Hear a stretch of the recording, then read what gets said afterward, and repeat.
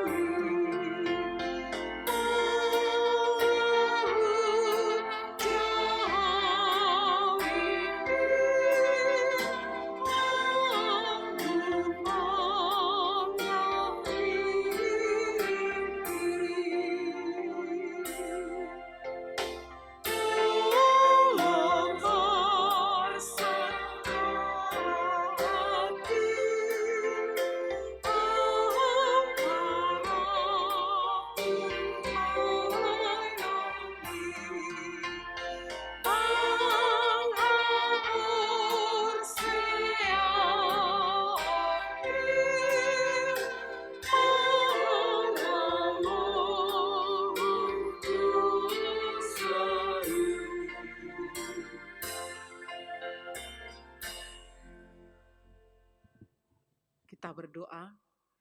Terima kasih Tuhan Yesus buat berkat-Mu dan penyertaan-Mu buat hari ini yang Kau berikan untuk kami.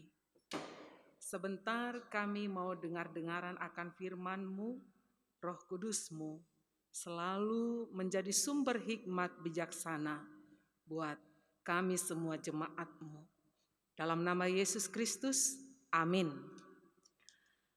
Firman Tuhan 1 Petrus 2 ayat 23 demikian dikatakan, ketika ia dicaci maki, ia tidak membalas dengan mencaci maki. Ketika ia menderita, ia tidak mengancam, tetapi ia menyerahkannya kepada Dia yang menghakimi dengan adil.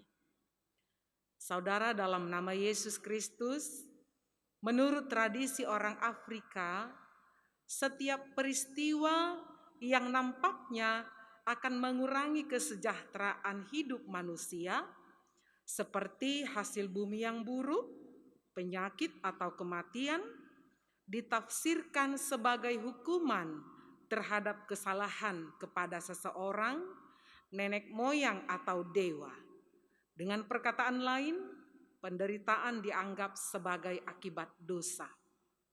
Dengan cara sama, nabi-nabi dari Perjanjian Lama menegaskan bahwa melakukan kehendak Allah, ialah apa yang baik, adalah jaminan untuk kemakmuran dan keberhasilan. Tetapi ketidaksediaan mengikuti jalan Tuhan, ialah melakukan yang jahat, akan mengakibatkan penderitaan dan kegagalan terhadap diri sendiri. Tetapi penderitaan tidak selalu hukuman terhadap dosa. Ada kalanya Allah membiarkan kita menderita untuk menguji kita atau untuk menyucikan kita. Kadang-kadang untuk menyatakan kebesaran Allah. Kadang-kadang supaya kita lebih menggantungkan diri padanya. Ada beberapa hal yang mau disampaikan oleh firman Tuhan pada kita. Pertama, seorang yang berbuat salah harus dihukum. Tetapi ia tidak berhak mendapat penghargaan atau hadiah untuk hukumannya, sebab hukuman itu adalah akibat kesalahannya. Maka adalah suatu kesalahan berpendapat bahwa tiap kesukaran dengan sendirinya akan mengakibatkan kegembiraan. Penderitaan yang bukan karena kesalahan akan mendapat penghargaan. Saudaraku, dalam kehidupan kita sehari-hari dan menurut hukum kebanyakan bangsa, jika seseorang tidak berbuat salah tetapi dihukum, ia patut menerima simpati dan ganti rugi. Tetapi jika ia bertindak sewenang-wenang terhadap hukum dan balas dendam, ia akan kehilangan ganti rugi itu. Demikian juga di hadapan Allah. Jika seseorang dihukum secara tidak adil, seperti karena menjunjung kebenaran dan ia menderita dengan sabar tanpa membalas atau mengomel, tetapi berserah kepada Tuhan untuk mengadilinya, maka ia pasti memperoleh pengasihan Tuhan. Orang Kristen berkewajiban menderita dengan sukarela. Saudaraku, Tuhan Yesus membuka jalan baru ke kerajaan Allah dengan menjadi hamba Allah yang menderita. Raja Yesus Kristus mengharuskan semua yang menjadi pengikut kerajaannya belajar dari Dia, mengangkat salib masing-masing dan mengikutinya. Orang Kristen diundang ke kerajaan Allah oleh Raja sendiri. Sebab itu kita harus berharap ikut serta dalam penderitaan guru kita. Tetapi penderitaan kita adalah penderitaan bukan karena kesalahan.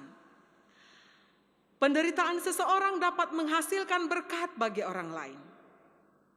Tuhan Yesus menanggung dosa kita dan mati disalibkan sehingga kita dapat bebas. Dengan perkataan lain, karena ia kena luka, kita bisa sembuh dari segala luka. Ini adalah penderitaan untuk orang lain atau mewakili yang menderita. Kita telah diracuni oleh dosa kita. Tadinya kita seperti anak domba yang tersesat. Tetapi karena Tuhan Yesus mengambil alih dosa kita, kita menjadi sadar kembali dan dapat pulang kepada gembala, pengawal, dan raja kita. Saudaraku, penderitaan tidak selalu berarti hukuman, meskipun kadang-kadang demikian. Jika kita menderita, marilah kita melihatnya itu sebagai cara Allah mengasihi dan menguasai kita untuk memenangkan orang lain masuk kerajaannya. Amin. Kita bernyanyi dari buku NDHKBP nomor 242 ayat 1 sampai ayat 2.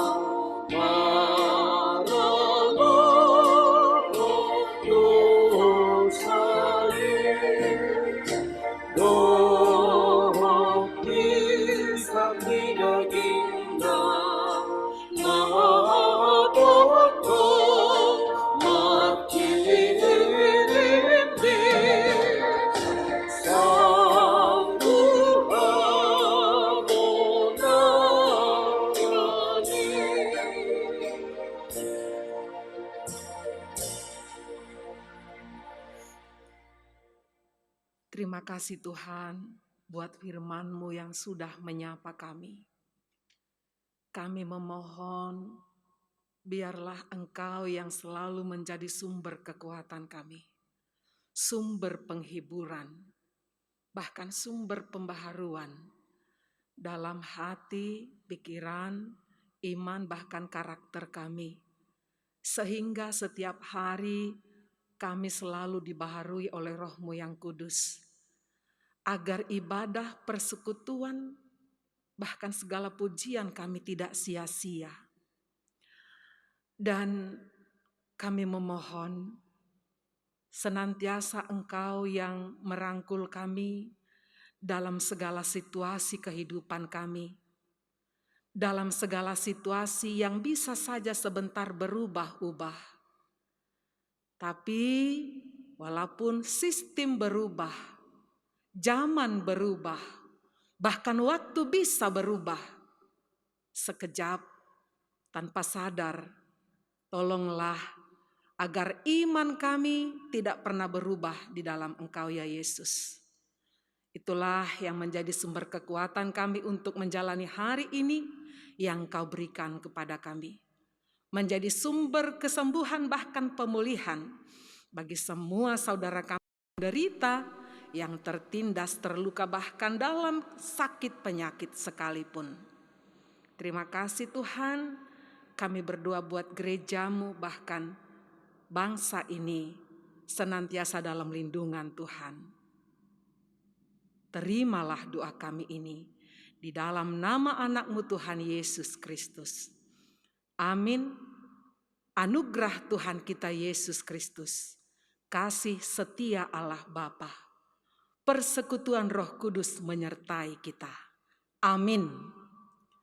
Selamat pagi saudaraku sekalian, selamat beraktivitas. Salam sehat.